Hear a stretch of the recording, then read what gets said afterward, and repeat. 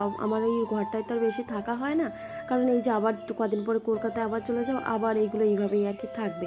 তো সেই জন্য আর কি আমি যখন থাকি তখন আর কি এইগুলো সবসময় আর কি পরিষ্কার করে রাখি। অবশ্য যাওয়ার আগেও আর কি পরিষ্কার করেই আর কি রেখে যাই, এসে আবার আর কি মুছি। অবশ্য আমি না থাকলেও আমার যা, আমার শাশুড়ি মা এই ঘরটা আর কি পরিষ্কার করেও রাখি। তো যাই হোক, এদিকে আমার ঘর আর কি পরিষ্কার করা হয়ে গেছে, আর এই হচ্ছে আমার ঘর। এই ঘরটা আমি আর কি সারাদিন আর কি থাকি।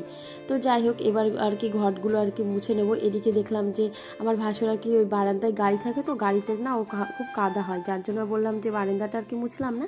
আমার যা বললো আমি আর কি পরে আর কি মুছে নেবো, যার জন্য ঘরটা আর কি মুছে চলে আসলাম। এদিকে দেখলাম যে 2-1টা জামা কাপড়ও হয়েছে, কারণ 2-3 দিন জামা কাপড় ধোয়া হয় না, কারণ বৃষ্টি হচ্ছিলো, যার জন্য আর কি জামা কাপড় আর কি ধুয়ে দিলাম, মানে যেগুলো আর কি পরি সেগুলো আর কি ধুয়ে দিলাম। আর আমার শরীরটাও তেমন ভালো নেই আর কি, ঠান্ডা লেগেছে কদিন ধরে, সকালবেলার দিকে আর কি স্নান করা হচ্ছে, মানে কদিন ধরে আর কি এখন প্রায় দিনই আর কি সকালের দিকে আর কি স্নান করি। আগে তো এই অভ্যাসটা ছিল না, কারণ এই সকালের দিকে স্নান করলেও না শরীর